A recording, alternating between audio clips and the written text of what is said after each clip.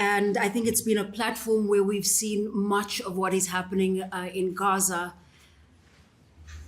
This space here will look at a number of key issues when listening to our guests. One of them, I think importantly, is about amplifying the voices of those in Gaza, ensuring their perspectives are heard beyond the headlines. I think we're always looking for insight. We're always looking for better understanding, especially as a media fraternity. We are dealing with a situation that very lazily and to be brushed under the carpet is called complex, when I don't believe it is. It's a situation where I think oftentimes we have to have a clear and firm stance. Our platform here will also reflect on the power of mobilization and the impact ordinary people are having across the world. It's not often we see people mobilize, call to action by a single event where, in this case, is a genocide. And what I think is noteworthy is the reaction by people all around the world and how that might influence the way that is covered and how people respond to it. And we're also here to shed light on narratives shaping our understanding of what is happening in Gaza and why those narratives matter, but also most importantly, to ask questions.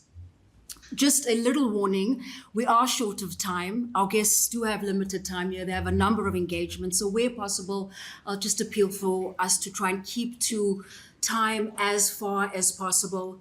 But hopefully we'll have enough time to understand, to learn, and perhaps gain knowledge from this opportunity in a way that is most beneficial.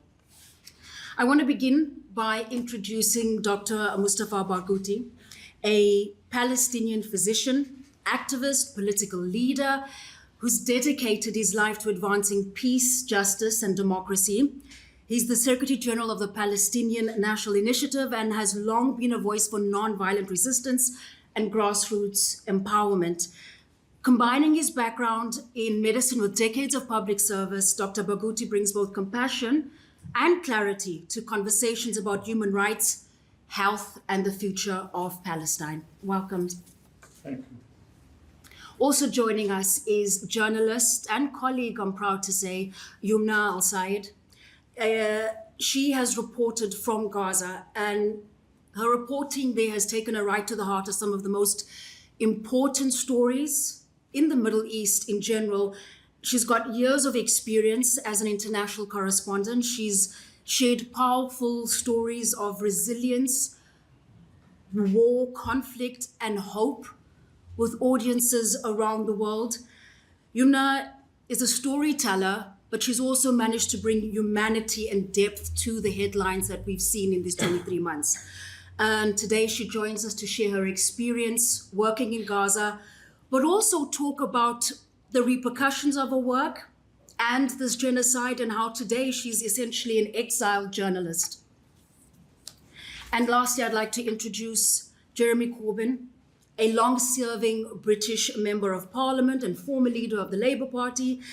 Now an independent, Mr. Corbyn is known for his decades of work on social justice, peace, and equality. He's been passionate about advocating for human rights, anti-war movements, as well as grassroots activism around the world. And he's had a career defined by giving voice to the marginalized and challenging the status quo. Mr. Corbyn brings thought-provoking insights into politics, international affairs, and people-driven change. If we could please give them a hand and a warm welcome.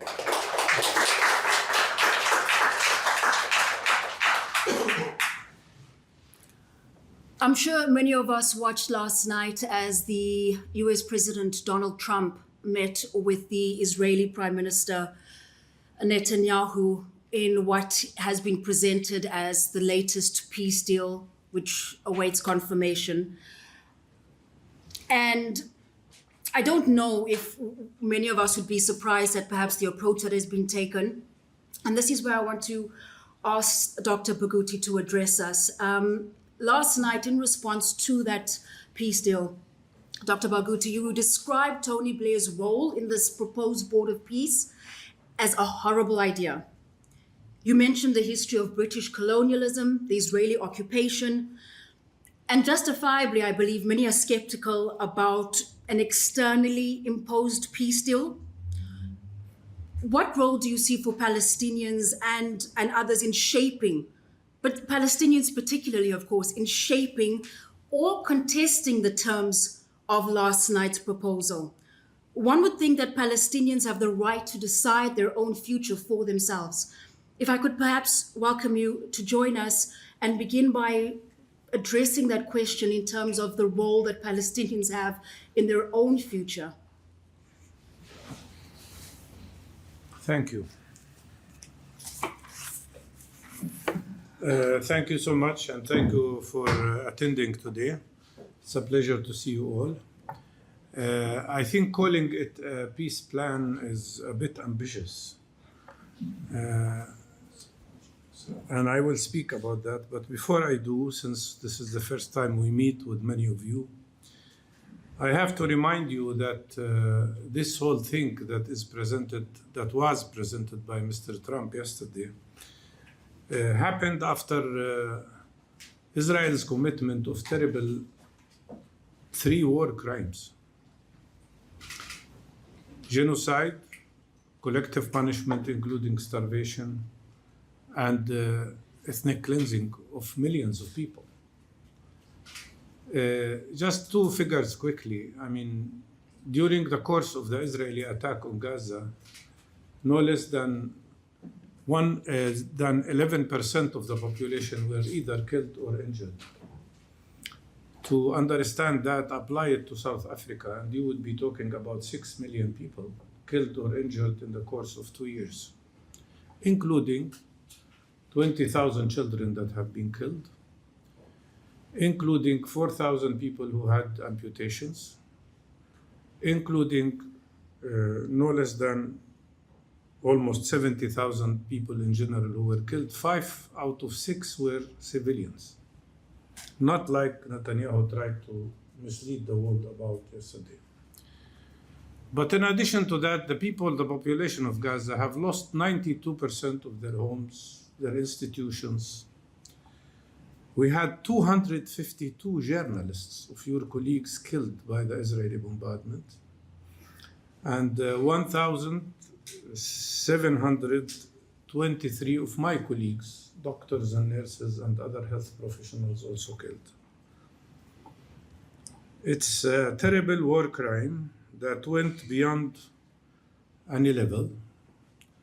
And although the world is talking about peace now, Gaza City, which is 5,000 years old, much older than the United States of America, is being destroyed house by house, neighborhood by neighborhood, not only by bombardment. Even when they occupy an area, they bring bombs and explode the neighborhoods.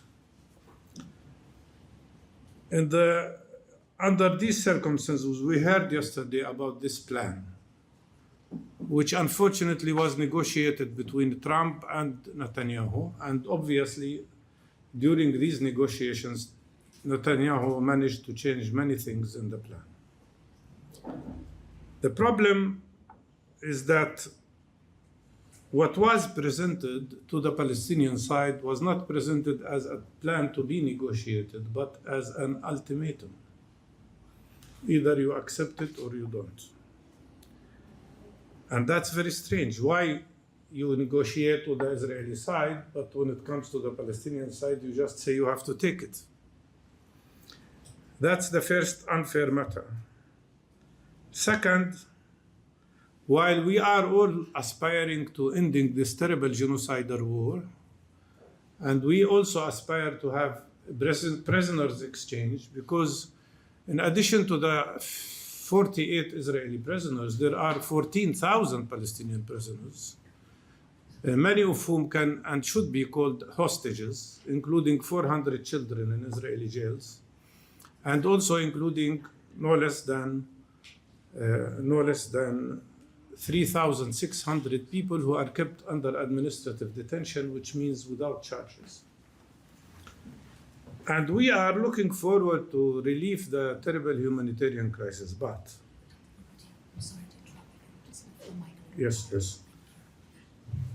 But the problem with this plan, that it ignored completely the root causes of the problem. The root causes of what led to the 7th of October. The root causes that led to this war. And that is in particular the Israeli military occupation, the system of Israeli apartheid, which has become much worse than the apartheid system that prevailed in South Africa.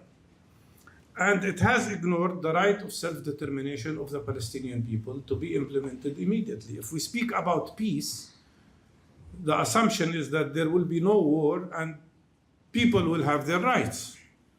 But what we see here is a recipe that is very dangerous, that ignored the root causes, and at the same time, a plan that is full of mines, each of which could explode the whole agreement after it starts to be implemented. I'll give you 3 examples. One, the plan speaks about suspension of warfare, but there are no guarantees that once Netanyahu receives his captives, he will not go back to war.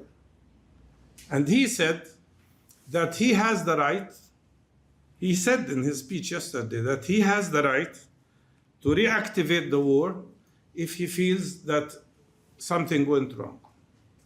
The agreement itself also provides him with that opportunity. We know very well how Israel is capable of inventing things to justify what they want to do. Second, the whole idea of withdrawal is not clear. They speak about transitional step-by-step withdrawal, and Netanyahu yesterday made sure to say that it will be a slow process. Why slow process? And why in stages?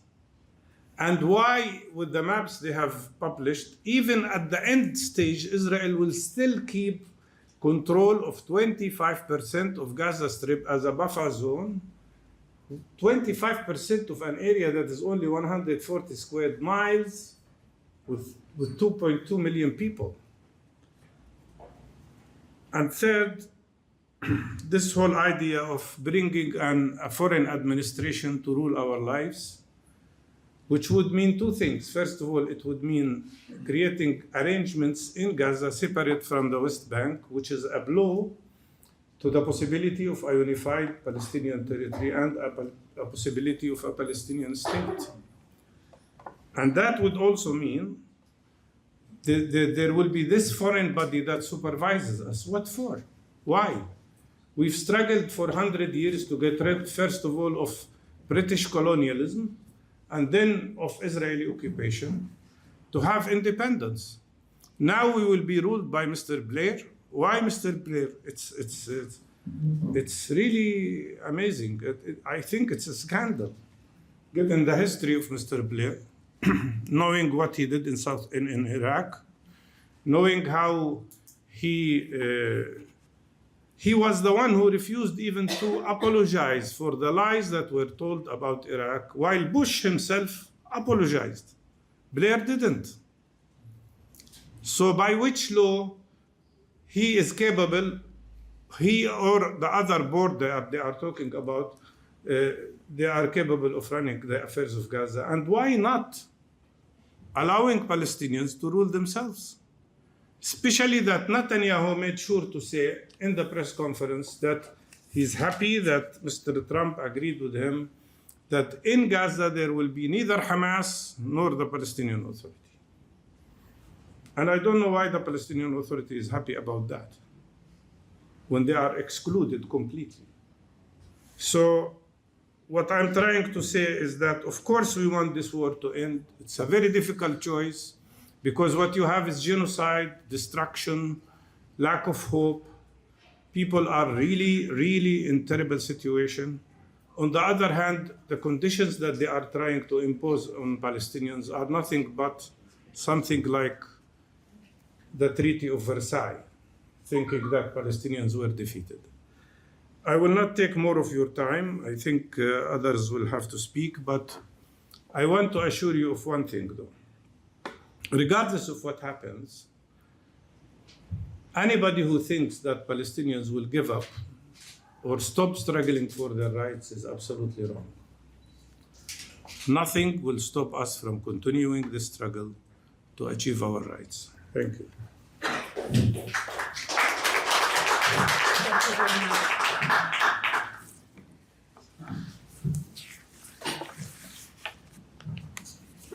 One of the key elements of, I suppose, watching a genocide being live streamed has been the people who have made massive sacrifices to bring that news around the world. And more than any other example I can think of, this is one where journalists have had to not cover the news, but also live it. And one of those people is Yumna, having worked in Gaza through much of the genocide, eventually fleeing for her safety. I remember specifically towards the end of your time in Gaza when you were in your home with your daughters and the bombardment was approaching, and I don't know what comes first. Your work as a journalist, the fear you have as a mother for the well-being of your children, not even knowing which direction to go, not knowing where to seek safety. I believe the work you've done is phenomenal. Not that anybody else is less phenomenal, but I'm biased as a journalist. It's courageous. And so I'd like to welcome Yumna to address us about her work, but begin by explaining to us in her words what the experience has been like to cover the war, to cover the genocide, but also living through it personally.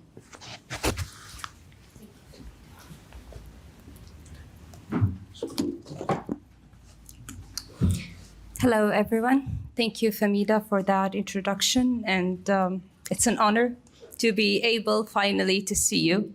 That is something that we, journalists of Gaza, like all other residents of Gaza, don't have the privilege of doing, meeting our friends, our colleagues, or even family members if they're as far as in the West Bank or anywhere else in the world because of the constant restrictions we have on movement and on travel.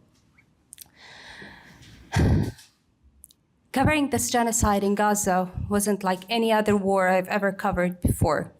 Gaza is not a place where it was a peaceful place for years. We've been through multiple wars, very big ones, the last of which was the 2021 war before this genocide, and countless, and I say countless because we really lose count of the number of escalations that we get to differentiate as Gaza residents between a war and an escalation, where anywhere else in the world you would just call it a war because it is a war. You get people killed, you get homes flattened, you get children and civilians injured, so it's a war.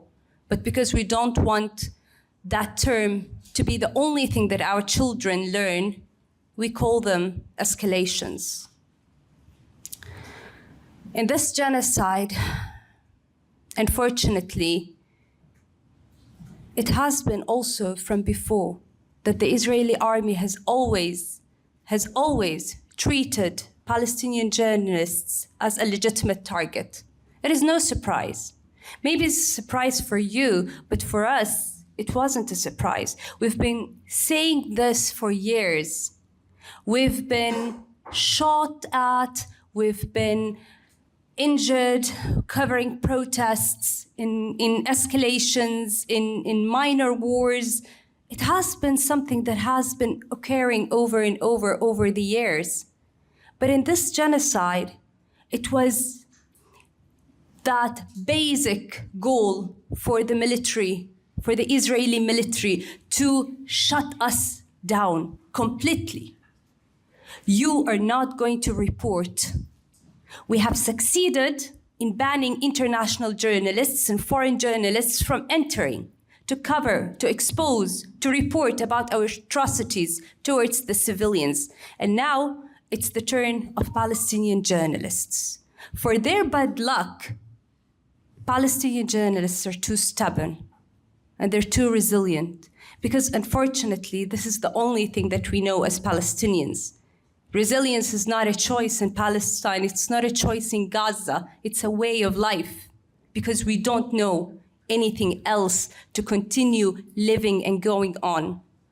So we kept on reporting. But we were not outsiders parachuting into a war zone in and out, seeking protection when we needed it, going for rest when we were too exhausted and too tired to go on. We did not have any risk assessment with us. We were reporting about the story that we lived. We were reporting about our homes being flattened, our media offices being bombed, our children being injured or killed, our colleagues, one after the other, being shot and assassinated in front of our eyes. We were reporting about our neighborhoods being eliminated, wiped out, hospitals that we reported from no longer existing. We were the story that we reported about each and every single day. And we had to go on. Not because we're superheroes or we're not human, because it is too difficult to taste, the bitter taste of abandonment that we were subjected to by the entire world and do the same to our people. So we kept going on. Their suffering and their struggle was our motive to keep reporting day after day. We buried our colleagues, we cried, and we reported hours later. We said goodbye to our families, we moved from areas to another, and we continued reporting. The day the Israeli army called me in my home and told my husband, "You have hours, and we're going to bomb your home with your family inside," I had to investigate as a journalist. So the first thing I did, I called our bureau chief in Jerusalem, Walid al-Amari, and I said, "Walid, I actually recorded the call." And I sent it to him. And I sent it to Doha. And I said, "Is this a direct threat?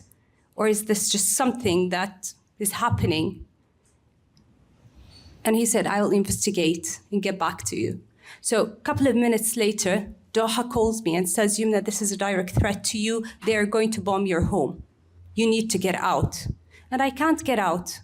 But I'm caught between the fact that I have become a threat to the most precious lives in my life, my children. I'm a threat to other families, innocent families in my building. And I have committed no crime except for reporting the truth. So I go to my neighbors and I ask them, "Do you want me to leave?" And they say no, because the bombardments are relentless. And it was very courageous of them. They said, if they bomb it, they kill us all. You don't take your children and leave. 2 days later, before 2 days later they came. That same day, when my 12-year-old Aline found out, she couldn't take the news. And she's the eldest. She held me from my chest. She pulled my clothes. She was screaming, "They're gonna kill us because of you." Can you imagine as a parent being in that situation? She screamed and screamed, "They're gonna kill us because of you. They're gonna kill my sisters because of you." As if her sisters are not my daughters. But you get to be in that position just for being a Palestinian journalist. And you don't have answers. You don't have answers to your family. You don't have answers to your children. You don't have answers to your neighbors. You can't tell anyone anything because you don't know what is your crime that you've committed. Should I put down my mic and my camera and stop reporting? And then what? This world doesn't know about the atrocities happening to innocent civilians each and every single day. They've won and we've lost. So we keep on and we lose. And they come to my home 2 days later and they kick us out under sniper bullets and tank shells and they level my building before our eyes.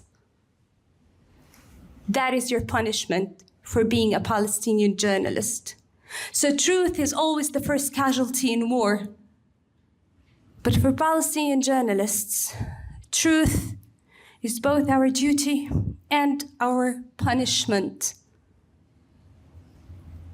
And maybe the most thing that hurt me a lot is the amount of silence that I witnessed and experienced when I was still in Gaza.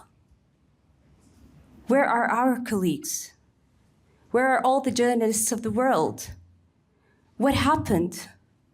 When one journalist, one Western journalist, used to be targeted somewhere, the entire world would be condemning, asking for accountability, demanding accountability, not asking for it, protesting, calling it out, reporting about it. It makes news headlines. But when Palestinian journalists get injured, threatened, killed, displaced, it's dismissed away.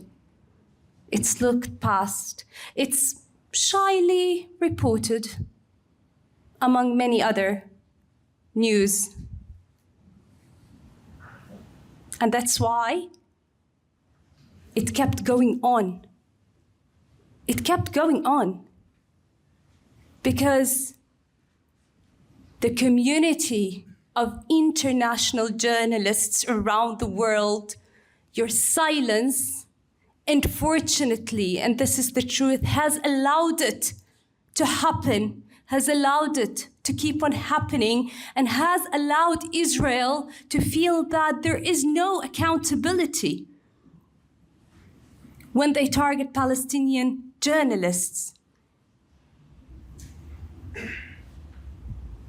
Thank you. Yumna, thank you for your very powerful words. To continue on from what Yumna addressed a moment ago in terms of abandonment of not only journalists, but Palestinians broadly, I'd like to welcome Mr. Corbyn to speak to us next.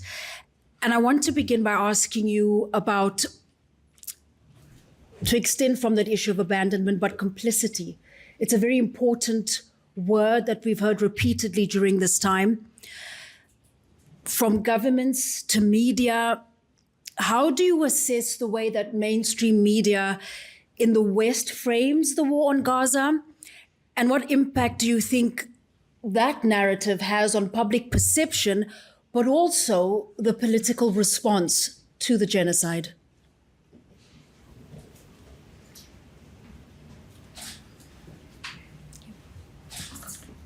Thank you very much. It's a real honor to be here at this wonderful center in memory of Desmond Tutu and so many others that fought so hard against apartheid.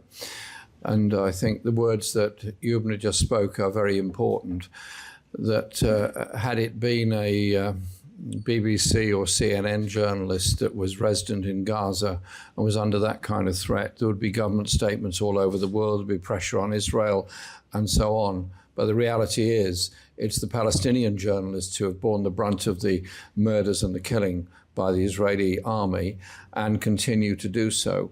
And many of the big media corporations have often used Palestinian journalists as stringers, and when they've suffered the ultimate fate, have done nothing about it because they're not directly employed by those corporations. And so there is a very important role for the international journalist organizations to do far more to support and protect journalists who are under threat and during any conflict, particularly this one in Gaza at the present time. The question you ask is about complicity in all this. Britain is a former colonial power in the area, and Britain was involved in the Sykes-Picot Agreement of 1916. Britain proposed the Balfour Declaration in 1917. Britain took the mandate in 1922. Britain governed Palestine until 1948, and during that time brutally suppressed any Palestinian uprisings of any sort, particularly the 1936 uprising. And since 1948 has been a very important diplomatic cover and arms supplier to Israel. And those questions that have been constantly raised in Britain about purchasing of weapons from Israel and sale of arms to Israel have been barely reported in most of the British media, and it takes a great deal of effort to get them to report anything indeed. And that is the point I just want to put to you. I attended the International Court of Justice, and I was very impressed with the case put forward by South Africa, very impressed indeed by the quality of it, the legal arguments that were put forward, and the morality of it. And we await the final decision, which may take goodness knows how long. But the statements that were made at the time about the likelihood of genocide taking place are very important ones. And that is the point that has to be put forward.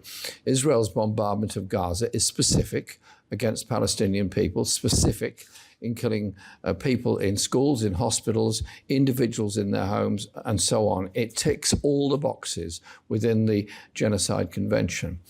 I tried a private member's bill in Parliament to insist on a public inquiry into British policy in relation to Gaza.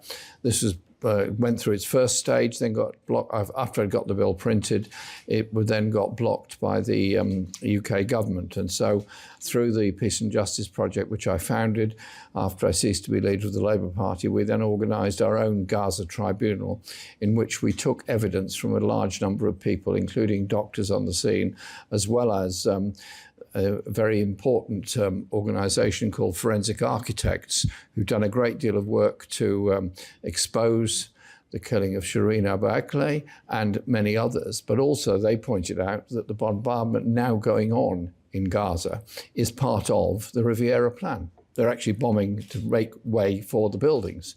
They're using the rubble, which contains the bodies of Palestinians, as the basis for a Riviera Plan for the future. And so what's happened over the past, 12 hours or so, the so-called Trump plan, I think it goes in the context of all of the other things that have gone before. Sykes-Picot, Balfour Mandate, Nakba, and so on. It's yet another terrible day for the Palestinian people when their future is being decided by a group of people in Washington without a Palestinian voice being at the table, and they're being forced into, in some cases, willingly accepting this, in other cases, such as Dr. Barghouti, not doing so. And I think it's time for the rest of the world to speak up. What is it about international media and governments that they can't conceive of a point where the Palestinian people would be able to decide their own future, decide what they want Gaza to look like, decide how it should be governed? That is what democracy really is supposed to be about. I was an election observer at the last election in Gaza.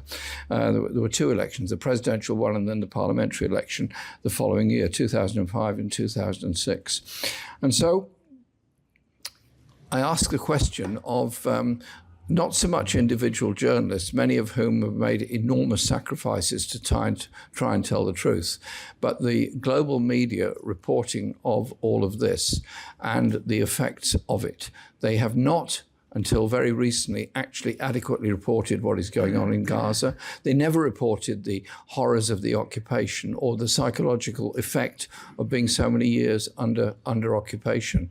And so we've had these mass movements all over the world in solidarity with the Palestinian people. They've become huge. Here in Cape Town, there have been remarkably huge demonstrations. Likewise, in other parts in South Africa, and the ones we held in London, and the very big one we're planning on October the 11th in London.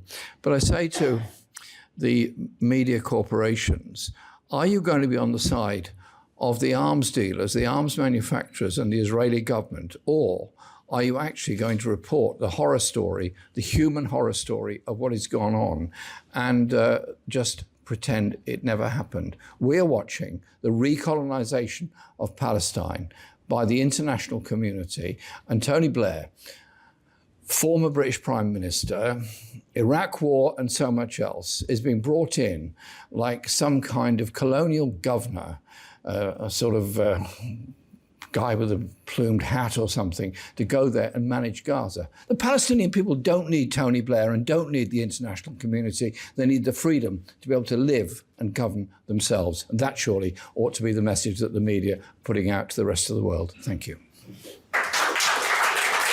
Thank you very much, Mr. Corbyn. What is happening in Gaza resonates very strongly with with South Africans. We have our own history of apartheid, colonialism. And I think sometimes it's very difficult to understand that we continue to see this globally, that occupation continues, colonialism in whatever guise continues, that there are settlers. We, as Mr. Corbyn spoke about, the location where we are is also significant. And so I would like to welcome the CEO, Janet Jobson from the Desmond and Leah Tutu Foundation, to explain to us the importance of this location, the connection between what we are seeing thousands of kilometers away and with South Africa. And that's just before we'll open the floor to questions. I'm sure there are several. If Janet Jobson could please join us for a quick moment. Thank you so much, and welcome everyone to Desmond and Leah Tutu House. It really is an honor to have these incredible human beings and activists with us and journalists with us today. Desmond Tutu was incredibly outspoken about the ways in which the situation of the Palestinian people under occupation was resonant with the situation of South Africa under apartheid, although he did go and say it was much worse, that the situation in Palestine was so much worse. And so it's really important for us as the foundation to be a space in which we can really hold space for us to come together and take a stand against what's being done to the people in Gaza and the people in the West Bank, very, very importantly. Tutu's whole message was about our shared humanity, that if you dehumanize someone else, you dehumanize yourself. And at one point, he made very explicitly the point that the liberation of Black South Africans would be the liberation of white South Africans too. And similarly, the liberation of the Palestinians will liberate the Israelis too.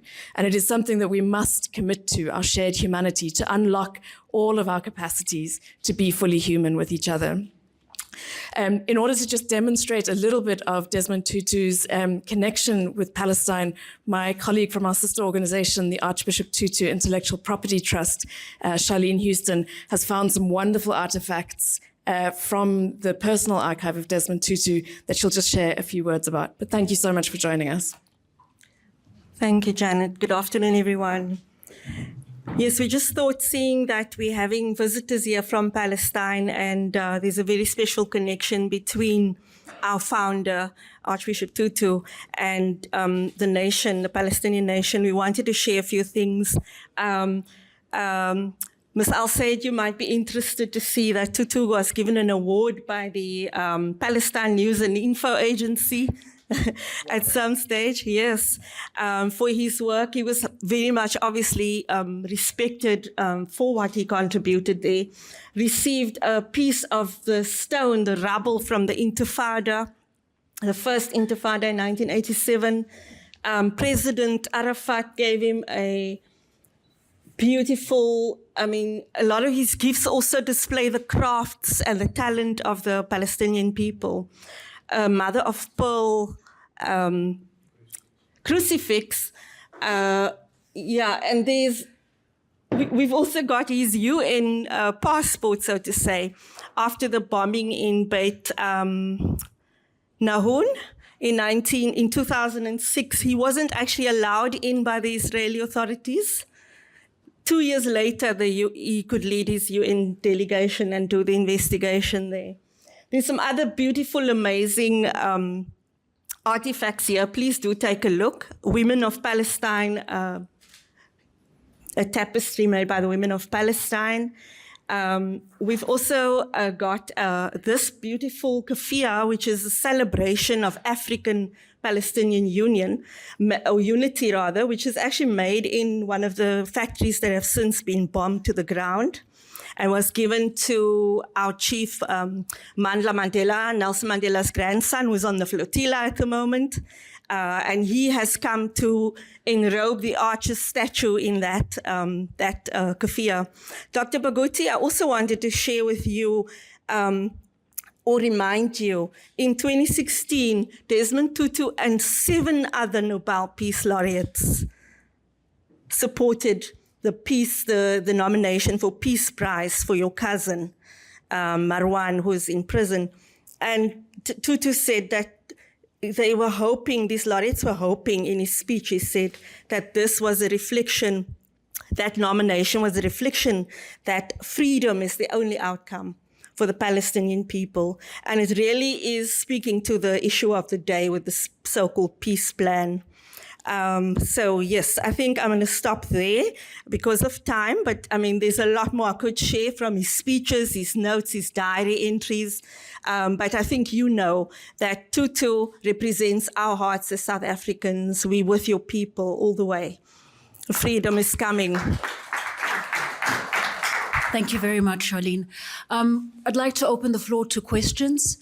If you could just raise your hand and begin by telling me, or telling us rather, where you're from. Yes. Because I have to go and do an interview with Al Jazeera. Good afternoon. Matthew Hirsch. I'm a freelance journalist from Ground Up News here in South Africa. Jeremy, you touched on the ICJ case, and there's been a few calls for South Africa to go back and do more in terms of getting provisions. I know that there was a mass protest on Saturday here in Cape Town calling for the South African government to cut ties with Israel, to end trade, to close the Israeli embassy. So really what I would like is, yes, we know South Africa has already done a lot, but what more could the South African government do for this fight? And that's for all 3 of the panelists, really. Thanks. Let's begin. I think we should take Masra first, Yeah. because he's got Yeah. this very important interview with Al Jazeera. Is there a question for me? Is there, we can address that question to all 3 of you. We can perhaps begin by looking for your response. There's one here. Thank you. One moment. Rukaya Surya from Radio 786. Mr. Barghouti, we saw the adoption of a 2-state solution. What is your envisioned Palestinian state?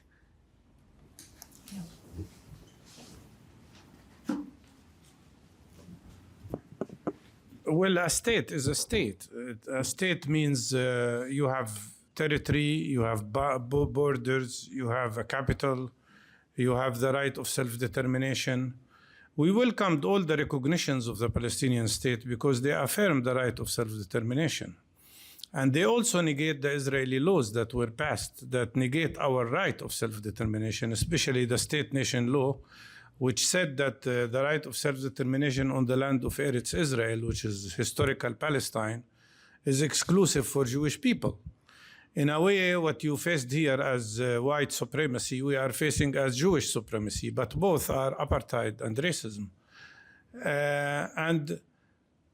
But recognitions alone do not change reality. The reality is changed by the Israeli illegal settlers who are continuously building illegal settlements on the ground. And when I watch this new proposal by Mr. Trump speaking about stages and few years to go, so that maybe at one point we can have a path, maybe not, a path to self-determination. We remember what happened in Oslo. when Oslo Agreement was signed and the huge mistake was made of not insisting, as we demanded at the time, on total and complete freeze of settlement activities. We had then 121,000 settlers. Now we have 850,000. And they've become a political power of fascism in Israel, running the show, basically. So a state cannot be unless there is a total end of Israeli occupation, unless a total removal of all illegal Israeli settlements on the ground. Otherwise, there will not be a state. That should be said. And that's why we say thank you for recognition, but that's not enough. You have to impose sanctions on Israel to force it to end the occupation and end the system of apartheid. After all, if it wasn't for sanctions, if it wasn't for boycott, divestment sanctions, South Africa would not have been liberated from the system of apartheid. And that's how we see it. Now, 2 states, 1 state, we welcome 1 state solution. It's fine, it's better. That's what we called for before. But Palestinians are never and were never the obstacle to having 2 state solution. It is Israel that rejects. We have now 7.3 million Palestinians on the land of historic Palestine versus 7.1 million Jewish people. Israel doesn't want 2 states, doesn't want 1 state. What do they want? Ethnic cleansing of Palestinians. And the most terrible thing about Trump's plan is that it gives Israel the time to continue the settlement building in the West Bank so that we will reach a point where it will be impossible to have a Palestinian state. So you can't call it a plan for peace when it is aiming at that.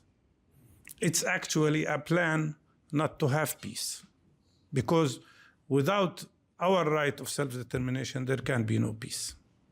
And I leave the question of ICJ to Jeremy. Thank you.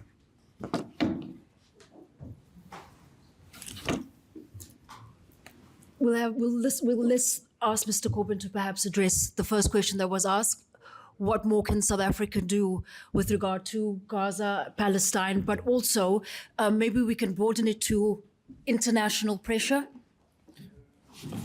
First of all, I want to say thank you to the South African government for having the courage to take the case to the International Court of Justice. It was, to me, a very moving event, sitting there in the International Court of Justice, a truly beautiful building, reflecting that South Africa had been through the hell of apartheid and all the horrors that went with that, and yet had the courage to take the case to the ICJ. So I take nothing away from South Africa at all on that. I'm a member of Progressive International, which has then put a great deal of effort into forming the Hague group of countries to give a UN bloc in support of the ICJ and ICC decisions in respect of Palestine. And we had a conference in Bogota in Colombia where we agreed on a substantial declaration read at great length by President Petro.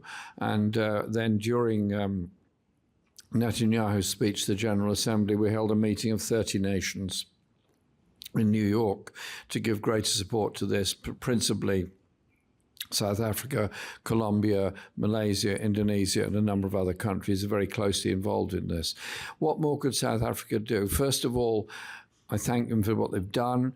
I understand that the Foreign Ministry is committed to carrying on all the way through with the international legal action at the ICJ and at the ICC as well. I think what would be good is if South Africa could lead the way in an African bloc of nations joining in the legal actions as well. So there is a voice from the whole of Africa on this, because Israel is very good at threatening individual countries, threatening them with gifts if they do what Israel wants, and threatening with punishment if they don't.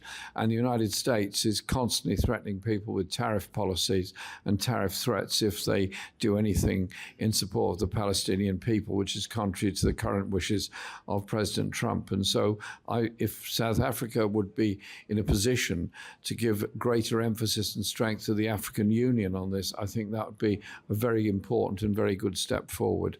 But I do think that the legacy of the anti-apartheid movement not just in South Africa, but around the world, has shown that it is possible to have a huge effect on a global economic or social or political issue by popular uprising and popular struggle. Yes, apartheid was overthrown in South Africa by the bravery of people in Soweto and other places and all those that sacrificed. But around the world, the solidarity did make a difference in isolating the apartheid regime.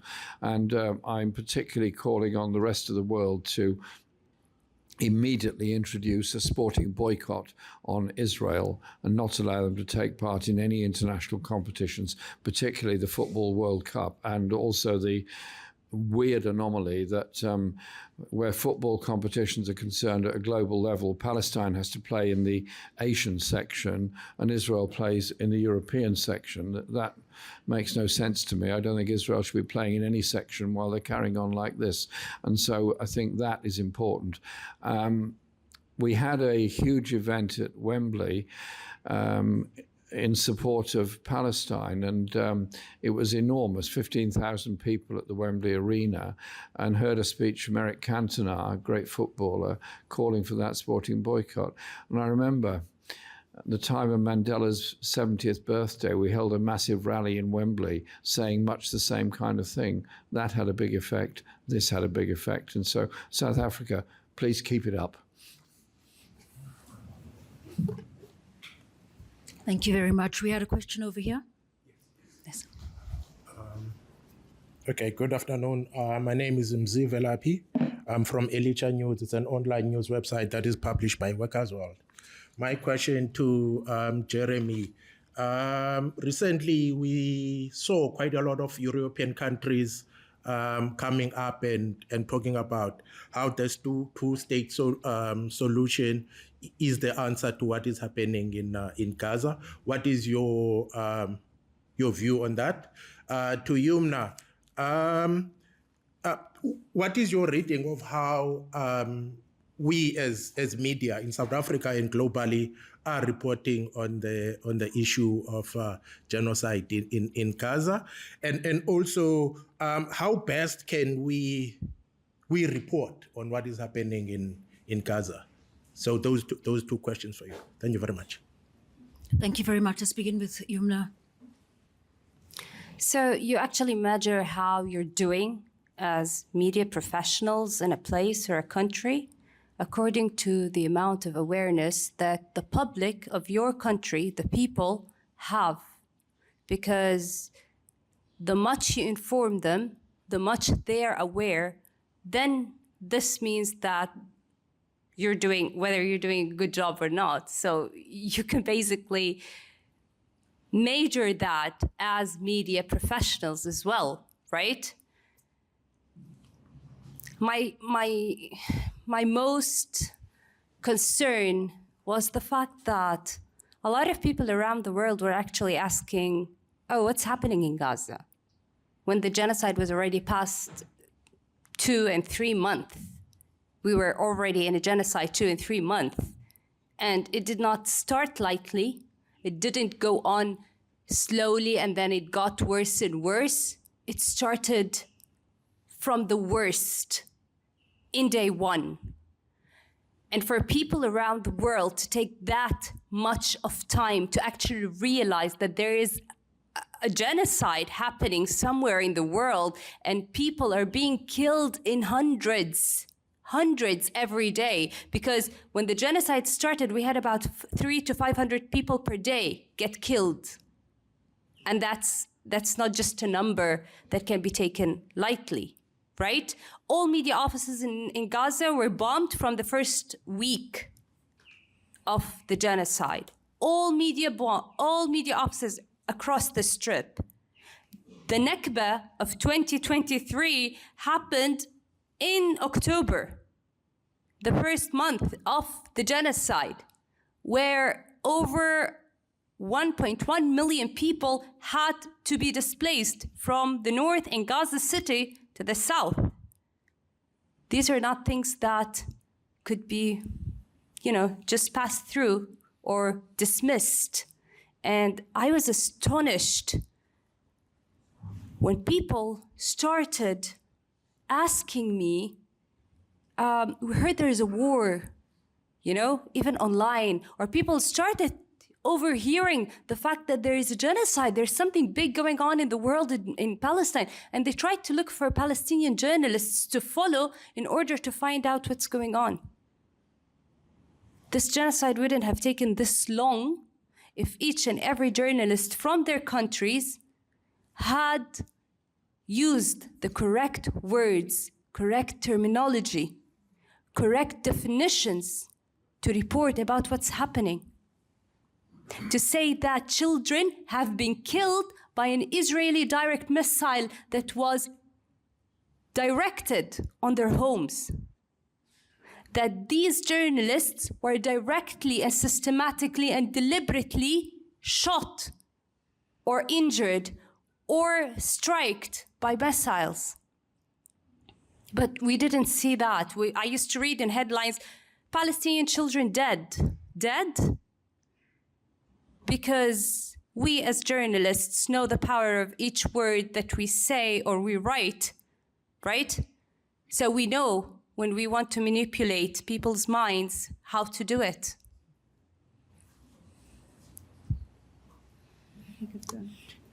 Thanks, and thanks for your question. There's a kind of colonial mentality that surrounds the whole reporting of what is going on in Palestine at the present moment. I mentioned the secret Sykes-Picot Agreement. I mentioned Balfour Declaration, the Mandate, which was a totally colonial idea. At the end of the First World War, the idea was that colonies held by a country that had lost to the First World War, i.e. Germany, should be handed over to somebody else, or places that were resulting from the breakup of the Ottoman Empire should be ruled by a European power on the basis that nobody in that country was capable of ruling themselves. It was the unbelievable level of arrogance of the European powers. The same arrogance happened, 30 years before with the 1884 Congress of Berlin, which divided up the whole of Africa, basically, with indelible lines on the map. So it's all of that.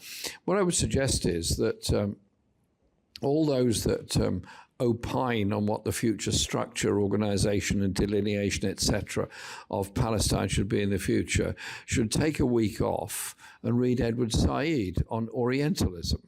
Edward Said analyzed this whole process very, very well and very, very effectively. The mentality, the intellectual mentality, which pervades a great deal of university thinking all around the world, that somehow or other there is a European intellectual supremacy over everybody else. And so I'm in the British Parliament and listening to debates on Palestine, of which there have been a lot of questions and discussion. And then the idea came up, it's all gone wrong since the British Mandate ended. And what it needed was a colonial governor. And that's where Tony Blair's name came up. So you sort of imagine sort of Viceroy Blair going into Gaza on a British warship, stepping ashore in a colonial governor's uniform with a plumed hat on, to be met by a platoon of soldiers on elephants and horses to escort him to a colonial palace in order to rule Gaza. It's mad. I mean, it would be funny if it wasn't so tragic. That what we're doing is putting into Gaza an economic entity set up by Trump and his mates to protect Israel's long-term Greater Israel plan by calling it something different, by calling it the Gaza Transitional Authority, whatever name they're going to come up with, run by Tony Blair. And that's going to be an open sesame for property speculation, for annexation, and for effectively the continued Israeli occupation of Gaza. And very generously, they say it's quite okay if anyone wants to leave Gaza, we'll open the gates for them in Rafah so they can go. Doesn't matter where they go, as long as they go, it's going to be fine. This is abominable and it's appalling in every way. And I think we just need to expose that with some thoughts about the historical context in which all this is being played out. But the occupation of the West Bank has grown and continues. I mean, I know he's left the room at the moment, but I've known Mustafa Barghouti for a very long time. We go back, we've worked together for 25 years in lots of places, on lots of, well, fundamentally on Palestine causes, but in lots of different places. And I remember talking to him a few years ago. I said, Mustafa, if there was an open, free election process for Palestine and you were elected president, what would you do? He said, well, if I was elected president of Palestine, there wouldn't be very much I can do. I don't control the borders. I don't control the police. I don't control the army. I don't control the security. I don't control the education. And I certainly don't control the economy. I would be a puppet of the Israeli occupation of Gaza and the West Bank. He said the key issue is an end to the occupation. And now Trump has said, he said quite emphatically that he's told Israel they must not annex the West Bank. Good. I'm pleased he said that. The trouble is they already have through the settlement policy. I'm sure many of you have either been or seen the films about the West Bank. You look at those settlements, they're not like a settlement of half a dozen tents or half a dozen prefabricated homes and something like that. They're not that at all. They are towns, they're villages, they're cities. They've taken the water, taken the land. They get the electricity, they get the army protecting them. They are a huge occupation. If you stand on the Mount of Olives and look out down towards the Jordan, down towards the Dead Sea, you look down there, what do you see? Settlement, settlement, settlement. And you see Palestinian farmers scratching around on the remaining bits of land with no water, simply trying to survive. The settlements have got to go, the occupation's got to go, and it's Israel that's got to go from it. It's not up to me to tell the Palestinians what their state should be. My job is in solidarity with them. And if you're in solidarity with a cause, you don't run the cause. You're in solidarity with the cause.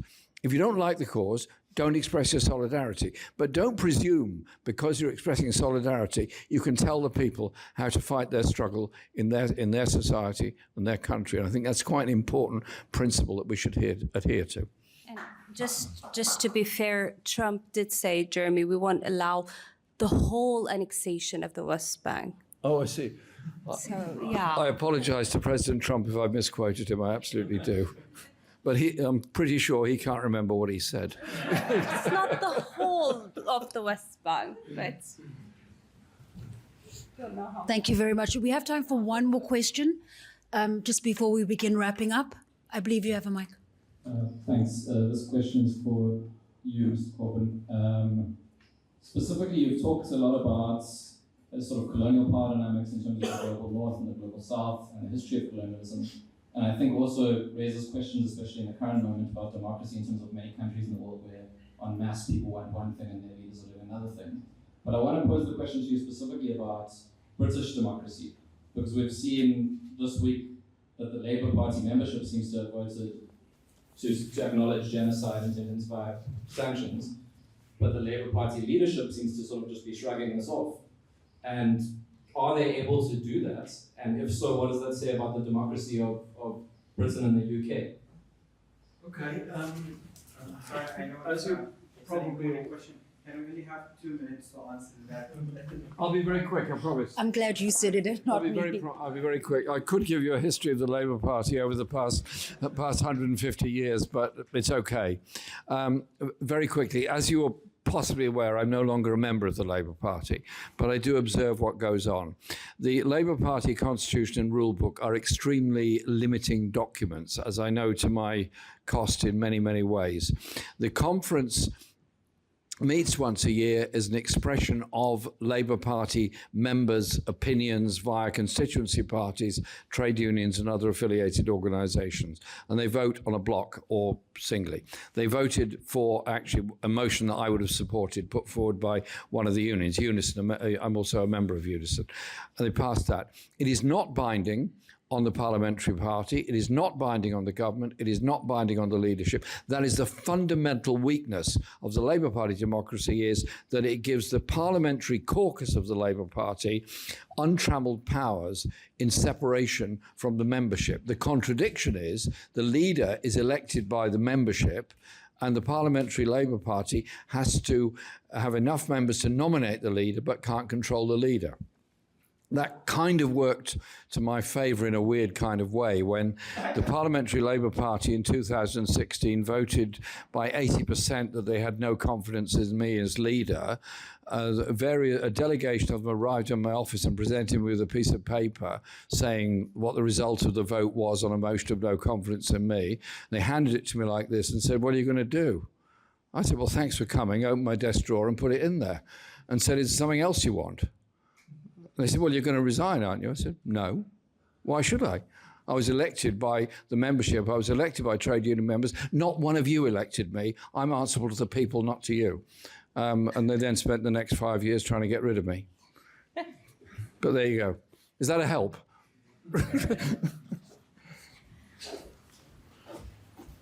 Thank you very much. Just before we wrap up, I'd like to welcome Dr. Imtiaz Suleiman, the founder of Gift of the Givers, for just a short message of support. It's been a privilege listening to both Mr. Corbyn and Yumna, all your insights. Pleasure to be here. Thank you for inviting me. Thanks. How are you? Well, thank you. They've asked me just to give you guys a little bit of brief of what we're doing inside Gaza. And I want to start off by saying thanks to my people inside Gaza. I really don't know how they do this. You know, every day they send the videos, you see the smiling faces, and you know there's intense pain. They keep the faces smiling to keep other people happy. I've lost 210 people inside Gaza, including the head of my office. So my teams have lost these 210 people, and they still continue working the way they do, with dedication, with every single day. Our projects have been multiple. I won't be able to cover everything. The one side is humanitarian aid. We do inside Gaza and outside Gaza. The second thing is this activism. We've created special concepts. If I can get some time, I'll mention that. And thirdly, bringing them to South Africa and working with the government. Inside Gaza, from the beginning, when we could take trucks in, we did it. At some point, we couldn't take trucks in anymore. It stopped. Commercial companies were allowed to bring aid in, very limited amount of aid, because they had to pay taxes, and Israel needed the taxes. So we bought items from those commercial companies and started taking it all away. We could. Not much vehicles. You can't move around much. You get shot as you move around. And then, of course, companies, it's amazing what these people do. The pharmacist will go to his pharmacy and says, "I've got this stock of medicine I found in the rubble. I got this stock." We would buy it off. 8 weeks ago, from inside, we managed to buy $70,000 worth of medicines, which is sent to various hospitals. And then, of course, as the pharmacists get the medicines, there are companies that have warehouses, that have supplies, that we can buy their food off. Then the Palestinians started becoming more resilient.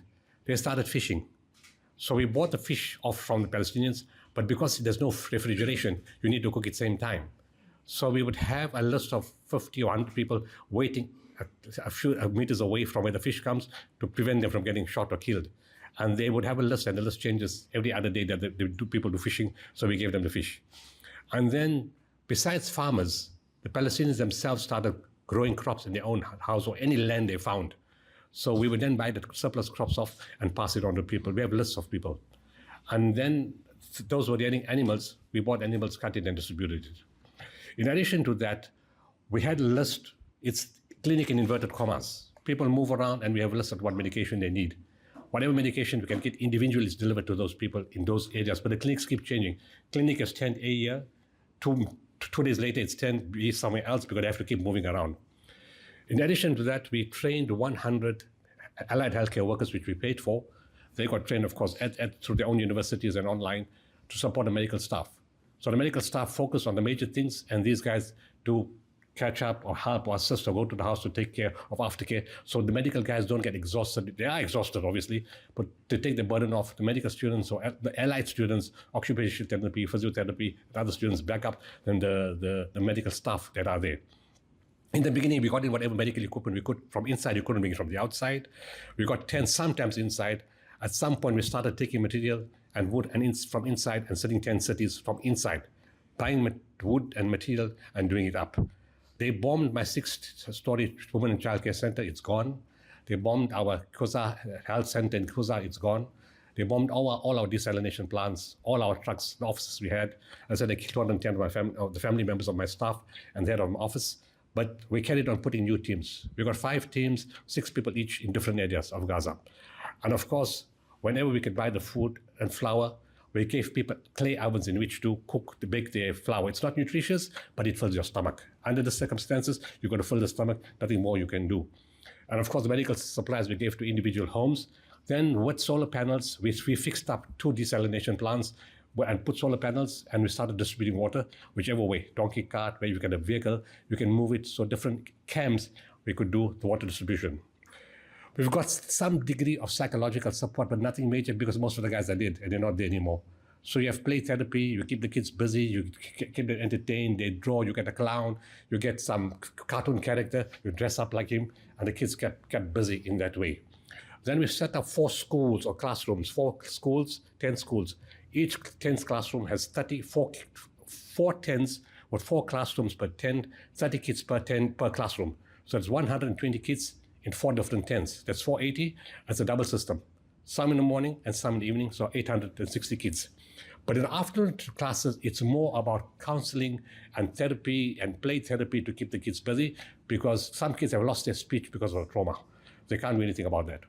Then my wife, of course, she's a counseling psychologist. She's got an entire team. She works with the psychologists and psychiatrists from inside Gaza and from the West Bank.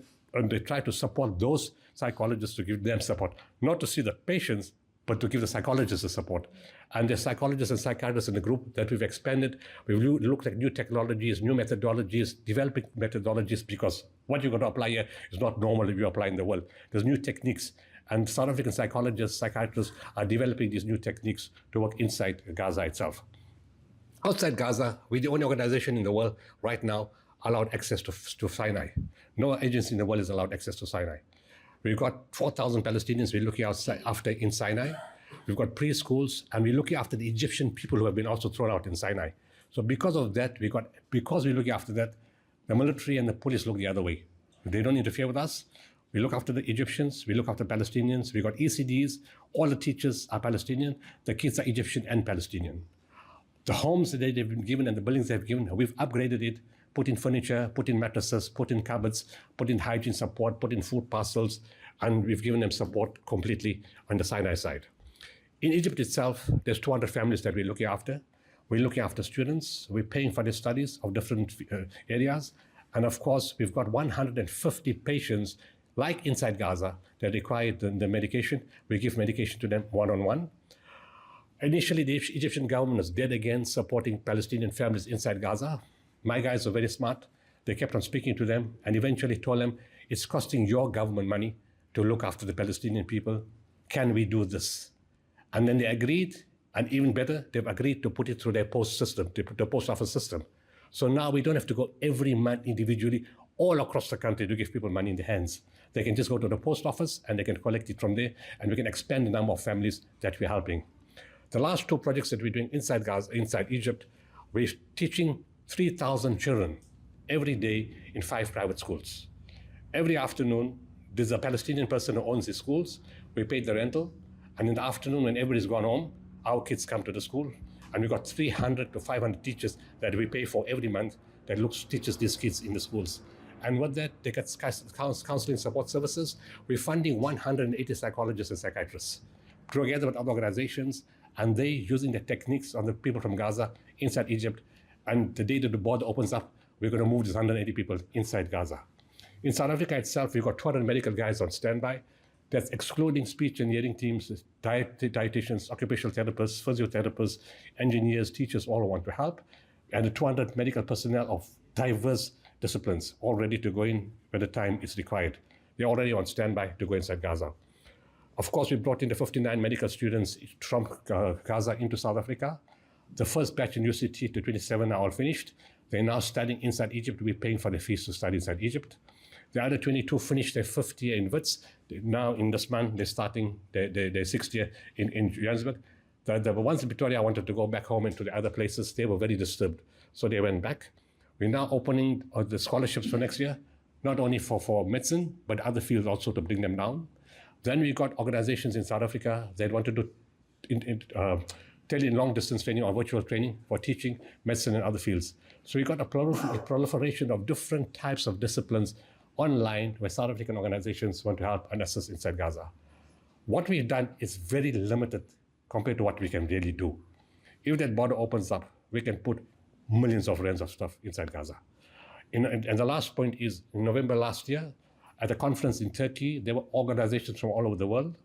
Jordanian Palestinians came to the conference, and eventually they came to us, and they said they want us to be the medium in which to rebuild the education system to some extent, and they prepared to give us $25 million that same day, on condition I sign. And I said, no, we're not going to do that. We're going to wait for the war to be over, and then we're going to do it. And they said over a 3-year period, they will give us $60 million, to help with the education system inside Gaza. Of course, I'm not going to sign till we're absolutely clear this can be done. South African support is huge. I've worked with the ICJ team. I have a relationship with them. I've done things with them. I can't tell you what I've done, but I've done things with the ICJ team. I've got a very close working relationship with them. I work very closely with government. And of course, I work with our ambassadors. So there's a lot of things coming. And the last point I mentioned is activism. We created a concept called the Coalition for Good. I've got 25 researchers that counteract everything the Zionists say. We research them, we research their material, we take their own material, and we fight back to it. We've created a website, and on that website it's accessible to the whole world. People are using it. On that committee is Reverend Frank Chikane, Reverend Manta Isaac from Bethlehem, Lelia Dipando, and Ronnie Casrils. I'm going to invite Francesca Albanese to be part of that when I meet her on the 25th of October. And she's going to be part, we're going to have an internal conversation with her. So I'm going to invite her to that Coalition for Good, and it's already being used all over the world. Activism is the way to go, because this is not a war. In the war, there's armies. There's no army here. There's one army and there's a massacre on the other side. So the war is in the mind, and you can see the shift in the world. And we have to continue the shift in the world, and that way, this is the end of Israel. Blank statement, this is the end of Israel, not the end of Gaza. This is the beginning of a new Gaza. They will be free. Thank you. Thank you very much, Dr. Suleiman. Just before we wrap up, I want to welcome Aziz just with a final few words, but a moment just before that, but do join us, Aziz. If you do want to hear more from our guests, please remember that there are a couple more engagements across Cape Town. Tonight at 7:30, the Weinberg Civic, Global Action Against the Genocide, and then Wednesday, tomorrow afternoon, 4 to 6 at UCT at the Neville Alexander Building. Thursday, 12:30 to 2 at UWC, and then also at the Faculty of Health and Sciences, also UWC at between 4 and 5 p.m. also on Thursday. Right, let me hand over to Aziz to close our gathering and just for a few words.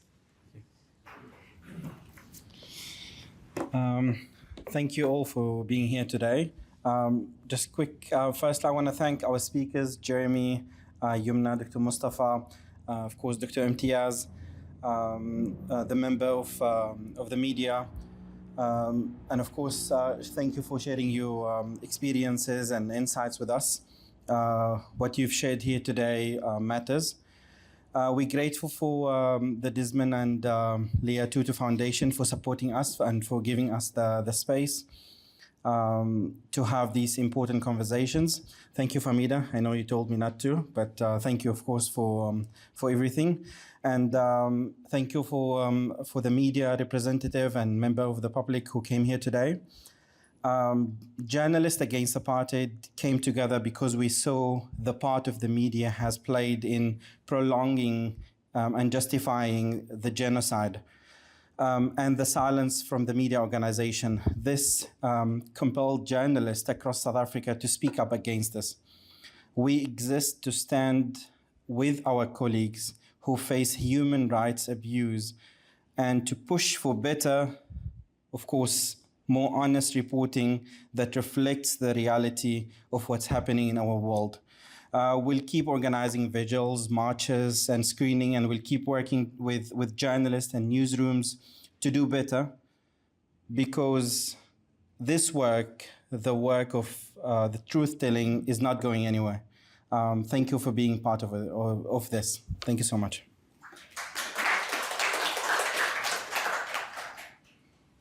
Al Jazeera English.